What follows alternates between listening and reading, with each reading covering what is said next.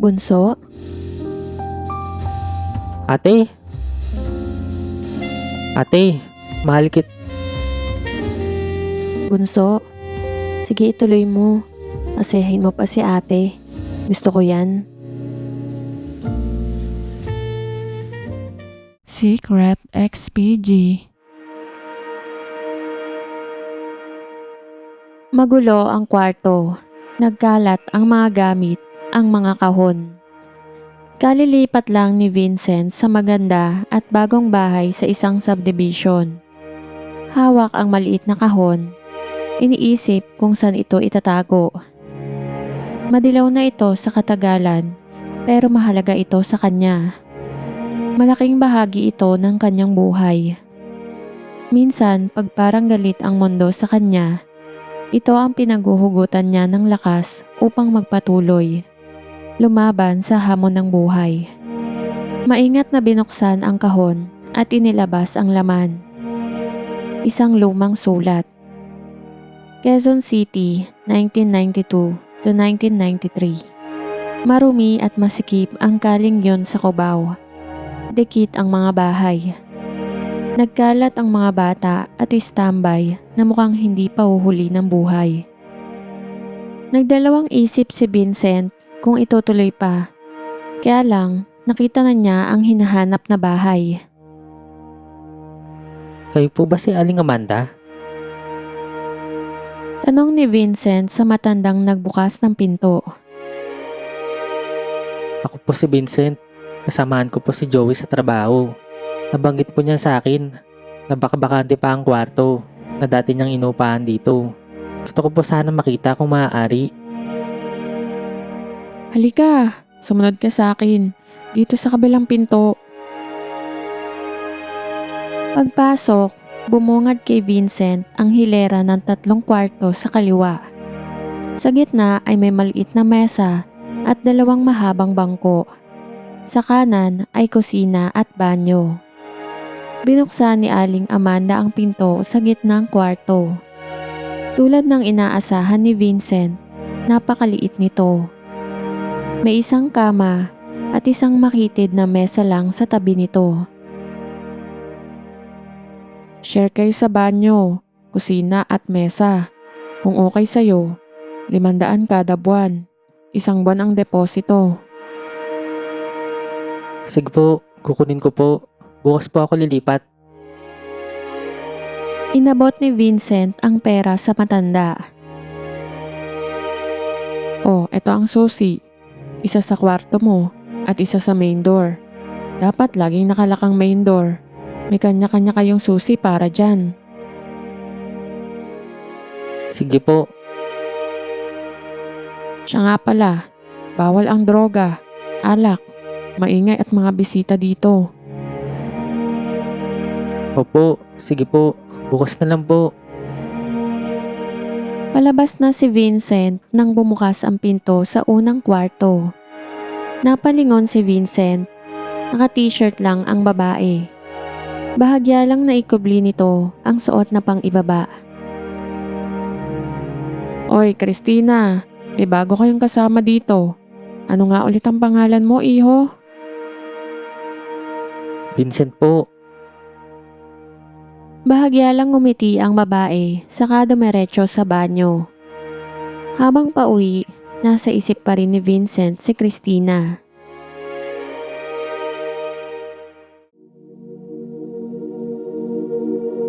Mga ilang buwan na ring nakalipat si Vincent sa bahay ni Aling Amanda bago kahit papaano ay nagkapalagayang loob sila ni Christina.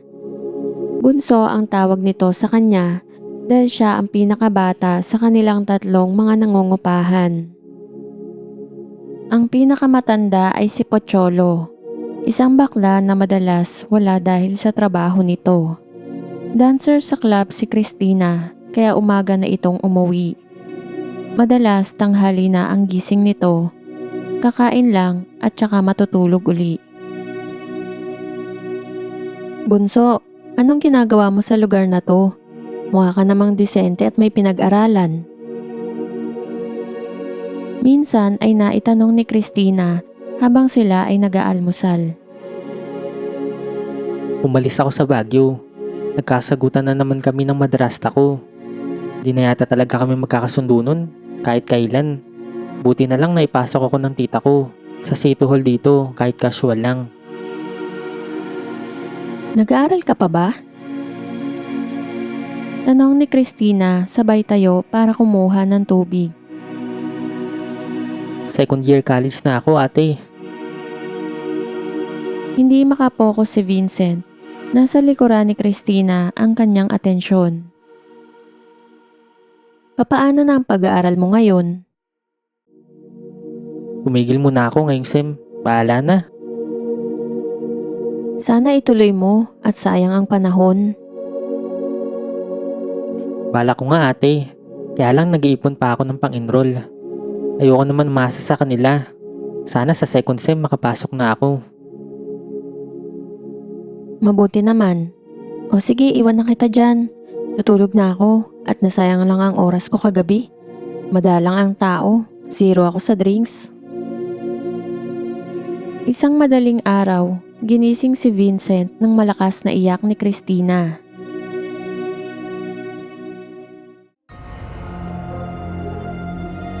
Mga walang hiya kayo. Baboy! Baboy kayong lahat. Mga inan nyo. Asan ang anak ko? Asan? Asan ang anak ko? Paglabas ng kwarto, nakita niya si Christina na nakalumpasay sa banyo. Lasing na lasing, may hawak na kutsilyo at tangkang hihiwain ang pulso. Ate, wag! Mabilis na inagaw ni Vincent ang kutsilyo. Si Christina naman ay lapaypay na napayakap sa inidoro. Naghalo ang luha, sipon at suka. Basang-basa ito. Tama na, ate. Halika na, pakiusap. Ate! Nang medyo huminahon si Christina, pinaliguan ito ni Vincent. Mabilis na sinabon. Iniwasan ang ibang bahagi nito. Pagkatapos, hirap na inakay si Christina hanggang kwarto at pabagsak na inihiga sa kama. Pinunasan ang basang katawan. Mga walang hiya kayo. Mga demonyo. Ang anak ko. Anak! Asan ka, anak?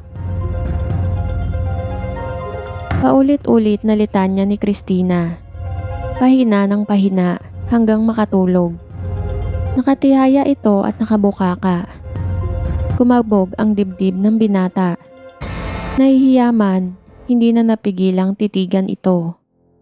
Ngayon lang siyang nakakita ng ganito. Nagtatalo ang kakaibang nadarama at awa sa damdamin ni Vincent. Sa plastic cabinet, naghagilap ng kumot ang binata. Sa pagitan ng maayos ang salansan ng mga kasuotan ni Christina. Lahat ito ay puti. Saglit munang minasdan ang kagandahan ni Christina bago ito kinumutan.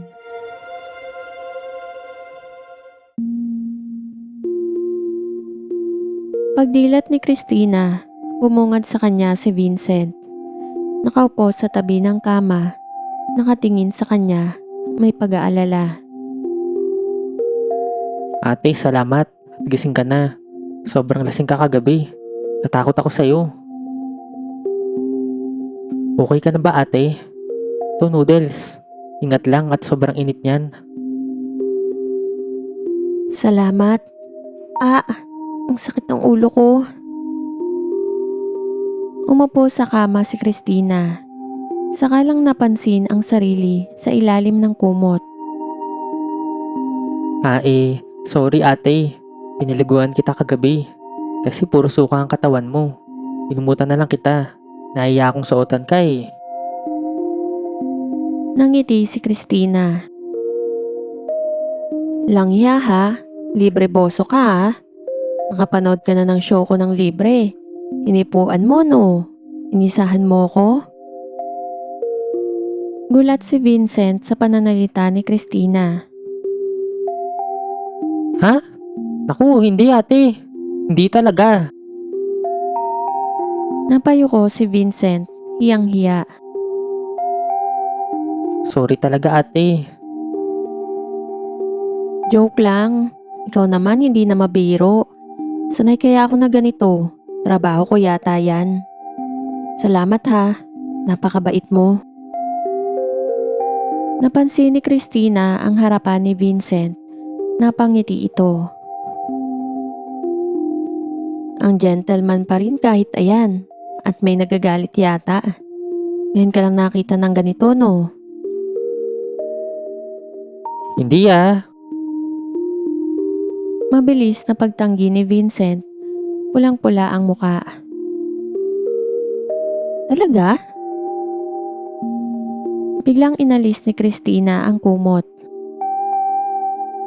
Ayan, dahil sa kabutihan mo kagabi, ito ang premyo mo. Libre tingin. 5 minutes lang ah. Pwedeng hawakan kung gusto mo.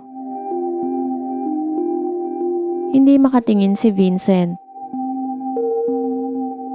Bakit ka namumula at lalo yatang nagalit? In fairness, mukhang may maipagmamalaki ha. Bunso, masanay ka na nang makita akong ganito. Tayo lang naman dalawa dito. Sa club nga ang daming tao. Sanayin mo na rin yang sayo. Baguhan ka no, bunso? Hindi ka pa nakakatabi sa iba? Panunokso ni Christina. Mabilis na tumayo si Vincent. Ate naman, puro biro. Papasok na nga ako eh. Kainin mo na yung noodles mo bago lumamig. Hindi pa rin makatingin kay Christina. Halos wala ka pang tulog ah. Okay lang ako ate. Sanay naman ako sa puyatan. Ikaw mang pahinga dyan. At sana wag ka na ulit maglalasing ng ganun. Sobrang natakot ako sa'yo ate. Maraming nagpainom sa akin. Kaya ito, nasobrahan. Hindi bale, malaki naman ang kinita ko kagabi. O sige, bunso. Salamat talaga ha. Pasensya ka na. Okay lang yun ate. Mula noon, lalong naging malapit ang dalawa. Kahit na medyo malaki ang agwat ng kanilang mga edad. Isang hapon, paalis na si Christina nang datna ni Vincent. Ate, mukhang maaga ka ngayon. Day off ko ngayon, maglalamyerda lang. Bakit maaga ka yata ngayon? May inutos sa akin sa labas. Maagang natapos. Kaya pwedeng hindi bumalik sa office. Halika, sama mo na lang ako. Ikaw ang date ko. Ate ano eh. Hindi makasagot si Vincent. Ako ang bahala sa lahat. Tara na, at baka magbago pa ang isip ko.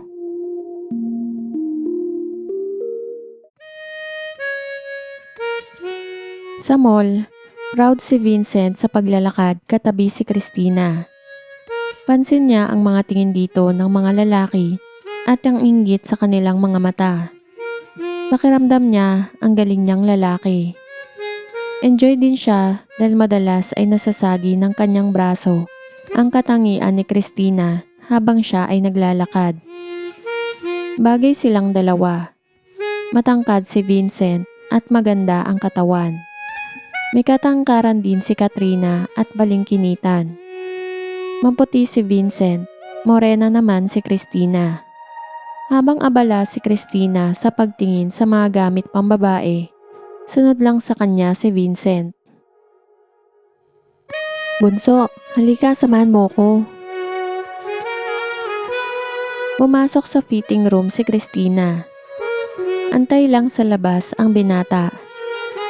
Nang bumukas ang pinto, nang laki ang mata ni Vincent na palunok. Okay ba, bunso? Pang-show ko to sa club. Napaka-sexy ni Christina sa puting bikini at bra. Umikot ito at nag-pose pa na parang modelo.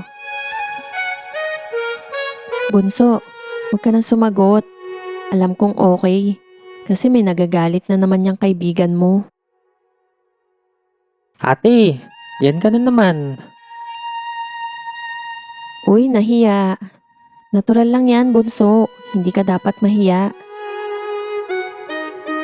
Naalala tuloy ni Vincent yung isang araw na nahuli siya ni Christina sa banyo. Nakalimutan niya kasing isara ang pinto. Kung nakakamatay lang ang hiya, patay na siya noon. Pero dinedma lang ito ni Christina at sinabing natural lang yun sa kabataang lalaki. Pagkatapos kumain, nanood sila ng sine. Nakahilig ang ulo ni Christina sa balikat ni Vincent. Feeling macho ang binata. Gabi na nang umuwi ang dalawa.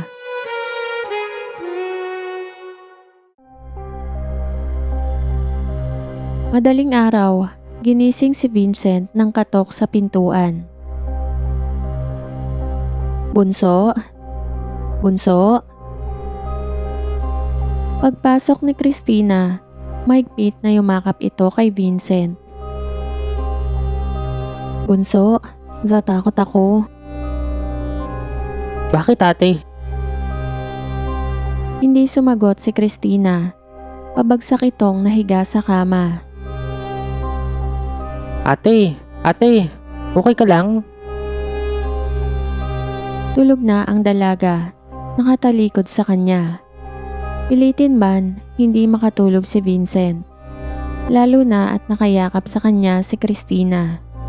Nakapatong ang hita sa kanya. Mahinang naghihilik si Christina. Ramdam niya ang mainit na hininga nito sa kanyang leeg. Wag! Wag! Walang hiya! Hayop! Anak! Anak! Ate! Gising ate! Nananaginip ka! Nanatiling tulog si Christina. Hindi na nakatulog pa si Vincent. Kinumutan na lang si Christina at saka binantayan sa takot na baka mabangungot ito. Nakalimutan ang init na nadarama. Nanaig ang pagmalasakit sa kanyang ate. Nang magising si Christina, parang nagtataka pa ito at nasa kwarto siya ni Vincent. Pinakaramdaman ang sarili habang nakatingin kay Vincent. Sorry sa istorbo ha, bunso. Nang madali itong bumalik sa kanyang kwarto, napakamot na lang ng ulo si Vincent.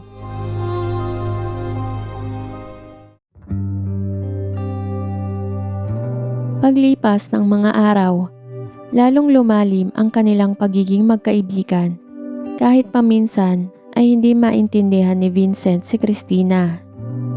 Madalas, siya ang kasama ng babae pag day off nito. Sine, pasyal, kain sa labas.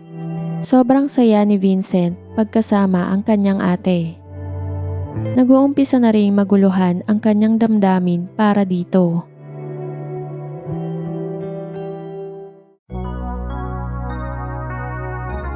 Minsan, naisipang isama ni Christina si Vincent sa club. Nag-alangan man, napilitan itong sumama. Ang lakas ng kabog ng dibdib ni Vincent. Sa harap ng stage siya pinaupo ni Christina. First time niyang nakakita sa kakaibang kaayusan ng babae. Maliban kay Christina. Magagaling sumayaw ang mga ito. Nang mawala ang kaba, nagsimula nang mag-enjoy si Vincent. Nang lumabas na sa stage si Christina, iyawan ang mga kalalakihan. May sumisipol, may nakanganga at nanlalaki ang mga mata. Kay hinahon na sumayaw ng kanyang ate Christina. Lalong tumingkad ang kagandahan nito sa ilalim ng makulay na mga ilaw. Tumapat si Christina sa harap ni Vincent at sumayaw. Sigawan ang mga tao.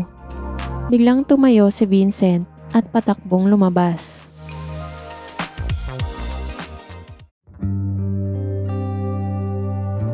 Kinaumagahan, kinausap siya ni Christina. Hindi mo ba nagustuhan yung kagabi, bunso?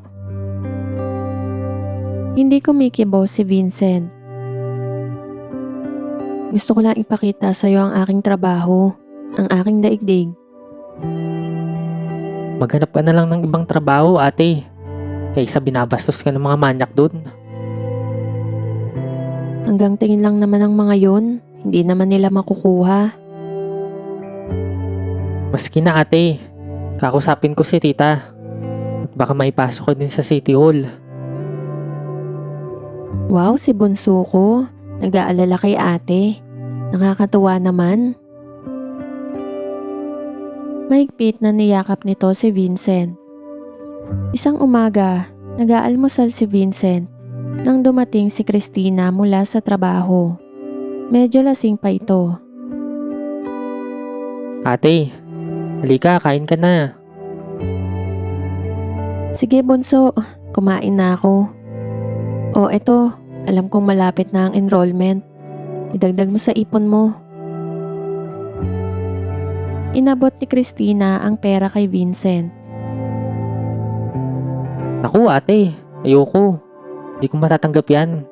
Okay lang, ako na lang ang bahala. Matigas ang tanggi ni Vincent. Hoy bunso, magtigil ka dyan. Huwag kang maarte ha. Pag hindi mo tinanggap yan, huwag mo na akong tawaging ate. Pero ate, Basta, pagbutihin mo ang pag-aaral mo. Tumalikod dito at mabilis na pumasok sa kwarto. utang ito ate ha. Babayaran kita. Pangako.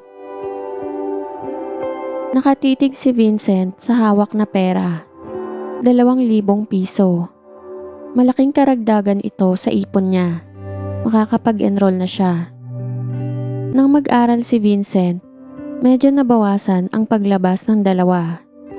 Naging busy kasi ang binata dahil panggabi ang klase niya. Pinagbubuti ni Vincent ang pag-aaral. Ayaw niyang mapahiya kay ate. Naiintindihan naman ito ni Christina, kaya kung maaari, ayaw niyang maging sagabal sa pag-aaral nito. Pero lumalabas sila pag libre si Vincent. Masaya na sila sa ganun. Hanggang isang araw, Ate, uwi muna ako sa Baguio.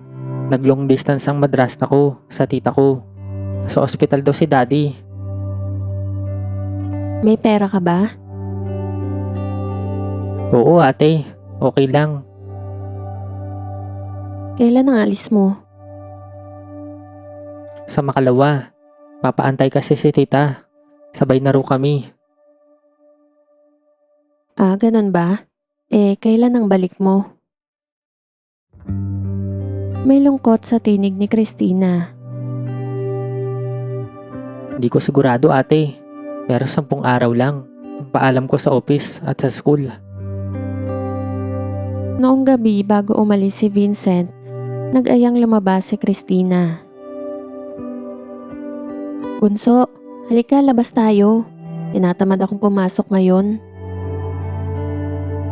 Gaya ng dati, namasyal sa mall, nagsine, at pagkatapos ay kumain.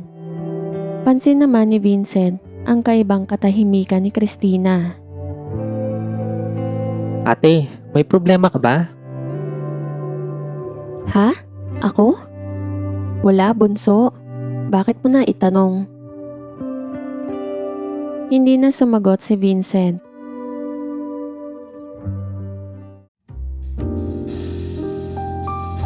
Sa taxi, nagtaka si Vincent dahil iba ang daan nilang pauwi. Ayoko mag-isa ngayong gabi, bunso. Maganda ang hotel na pinasok nila. Malinis at malaki ang kwarto. Pinatay ni Christina ang ilaw at sa malamlam na liwanag ng TV, parang diyosa sa paningin ni Vincent ang dalaga. Malakas ang kaba ni Vincent, hindi makapagsalita. Halika bunso, yakapin mo ko. Pakiramdam ni Vincent, tinawag siya ng anghel. Mahigpit silang nagyakap. Kay lambot ng katawan ni Christina, kay bango, kay init. Nanginginig naman ang buong katawan ni Vincent. Hinatak siya ni Christina. Masuyong mga halik ang dumapo sa noo ni Vincent. sa ilong, sa labi. 3 beses silang nagpakaligaya. Malalim na ang gabi bago sila nakatulog. Parang nasa langit ang pakiramdam ni Christina. Kasama ang lalaking pangarap sa ilalim ng puno sa gitna ng lunti ang bukid. Kapwa sila baguhan sa unang pagkakataon. Puno ng pagmamahal. Napaiyak siya sa kaligayahang dulot ng tamis ng unang pag-ibig.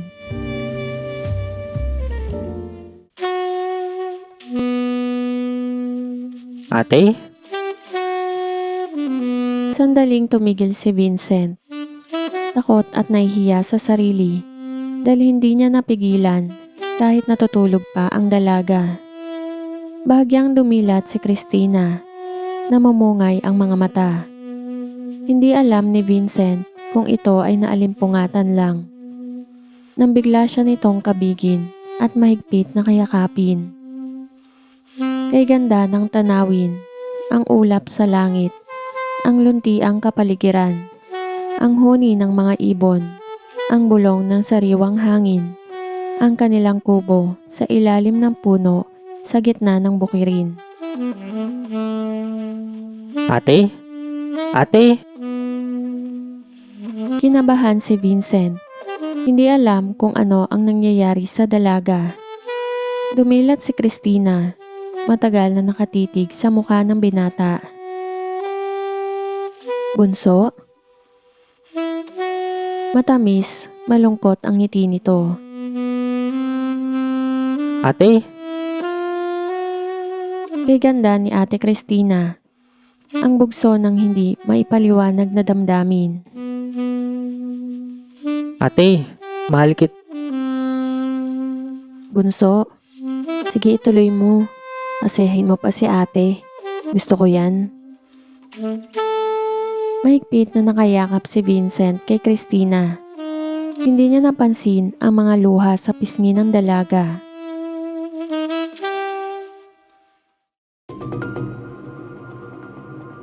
Makalipas ang 2 linggo, maayos na ang lahat sa Baguio. Sakay na si Vincent ng bus pabalik ng Manila. Parang nilagyan ng sili ang puwet nito sa upuan. Hindi mapakali. Kung pwede lang siyang lumipad papuntang Cubao. Buo na sa isip niya ang sasabihin kay Christina. Ilang araw din niyang pinapractice ito. Buo na rin ang kanyang plano para sa kanilang dalawa. Lalo niyang pagbubutihin ang pag-aaral at pagkatapos, maghahanap siya ng maayos na trabaho. Mag-Saudi kung kailangan. Hindi na magsasayaw sa club si ate. Mahal na mahal niya si Ate Christina. Pakakasalan niya ito. Hapon na nang dumating sa bahay si Vincent. Pagpasok, agad siyang sumilip sa kwarto ni Christina. Bahagyang nakabukas ang pintuan nito. Bukas ang ilaw. Hinagis ang dalang backpack sa mesa at excited na pumasok sa kwarto. Nakatalikod sa kanya ang babae. Nakaupo sa kama at nag-aayos ng mga gamit. Ate Christina! Lumingon ang babae. Napaatras si Vincent. Ikaw siguro si Vincent? Tanong ng babae. Ako nga ho. Sorry ho. Akala ko kasi kayo si ate. Malungkot ang ngiti ng babae. Ako si Isabel. Kapatid ko si Ate Christina. Halika, pasok ka. Patuloy ito sa pagliligpit ng mga gamit sa ibabaw ng kama. Nagpapasalamat ako at nakilala kita. Alam mo, madalas ka maikwento sa akin ni ate. Masaya siya pag pinag-uusapan ka namin. Bihira ko siya makita na ganun kasaya. Nasaan ho si Ate Christina?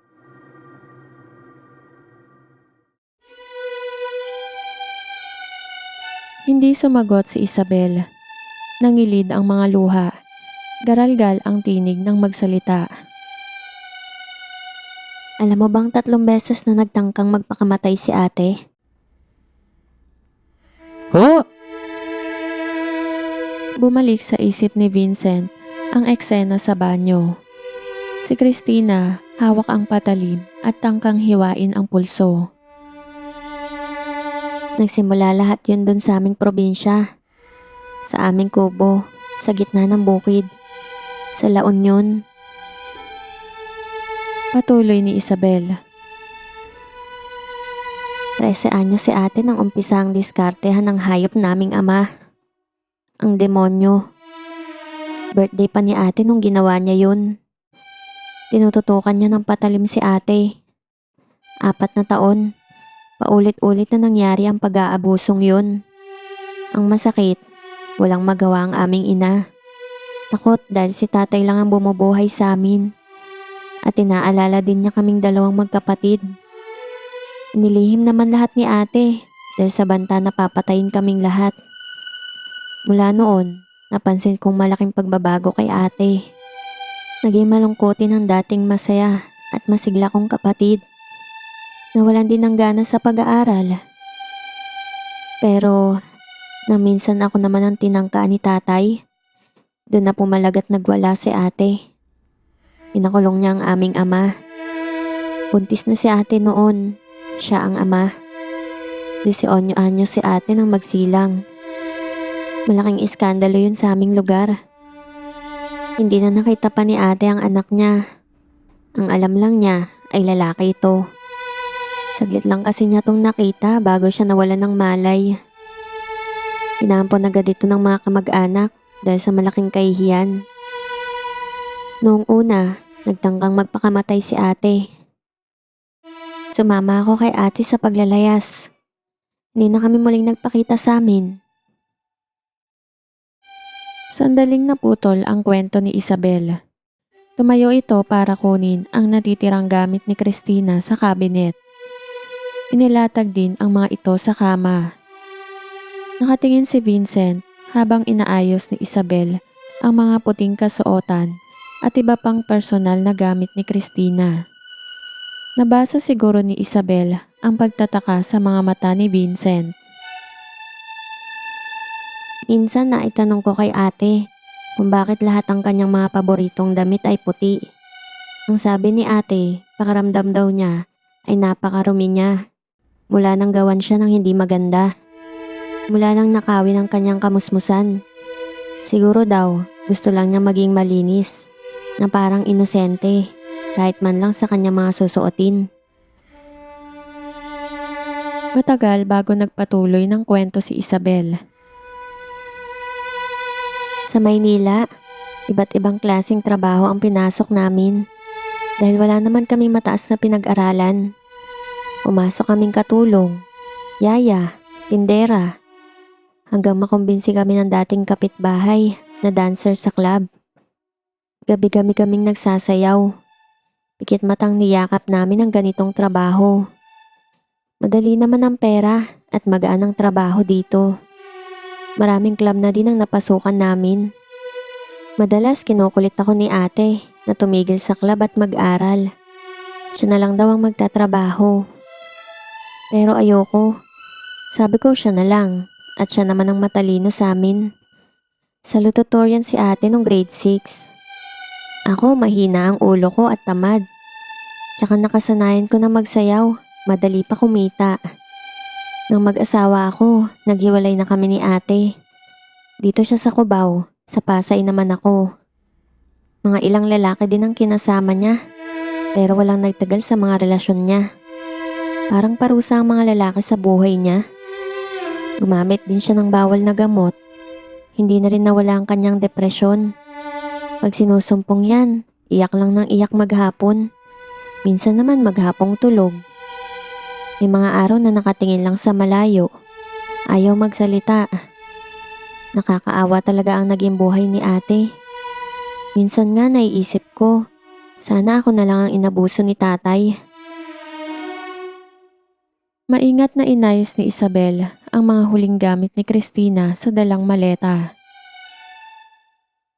Alam mo, nung makilala ka niya, medyo bumuti ang kalagayan niya. Patuloy ni Isabel.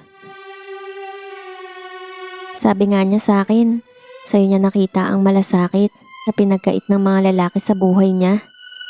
Mahal ka ni ate ko. Hindi ko nga akalain na ganyan ka pala kabata. Ilang taon ka na ba? 18 na ho.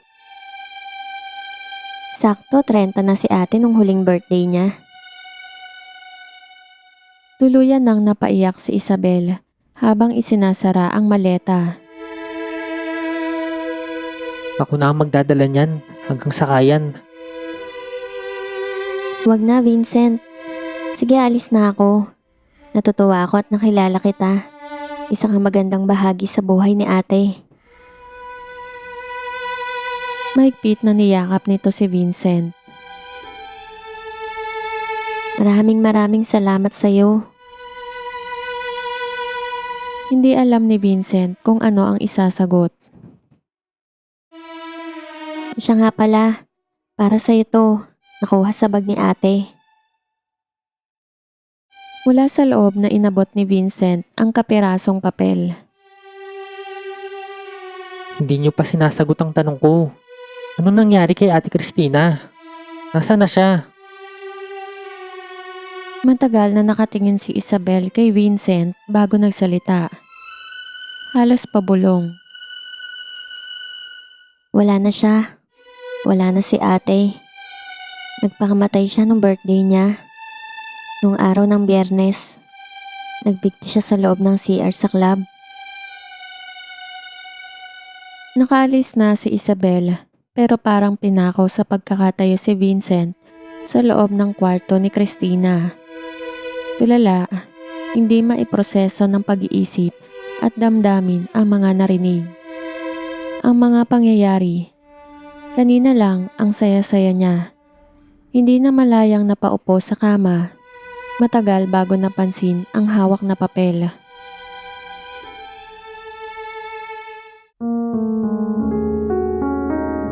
Bunso, salamat na lang sa lahat.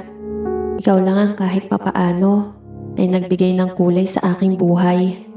Ang nagpahalaga sa akin bilang tao. Bilang babae. Sana naging ikaw na lang ang lahat ng lalaki na nagdaan sa buhay ko. Pakisama na lang ako sa iyong mga panalangin. Naging mahina ako. Pero ikaw bunso, ayusin mo ang buhay mo ha. Mahal na mahal ka ni ate.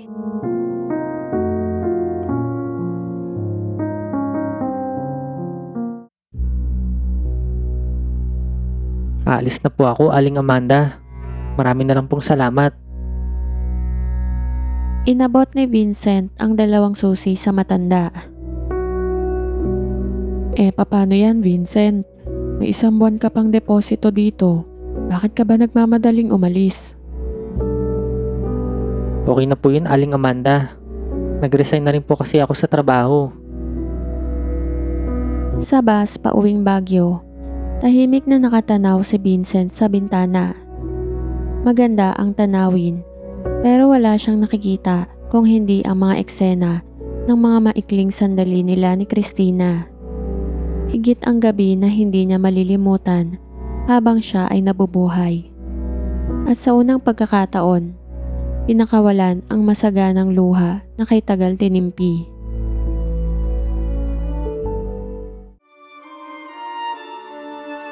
Sa kasalukuyan, malalim ang buntong hininga ni Vincent. May halong pait ang matamis ng ngiti. Salamat din, ate. Parang dasal ang bulong ni Vincent. Maingat na ibinalik ang papel sa kahon, saka itinago ito sa itaas ng kabinet. Daddy, andyan ka pala? Kanina ka pa tinatawag ni Mami. Kakain na daw. Bumungad sa pinto ang muka ng isang 7 taon na batang babae. Malaki ang pagkakahawig kay Vincent. Kay ganda nito. Nakangiti si Vincent. Sige, Christina, anak. Sabihin mo kay Mami na susunod na ako.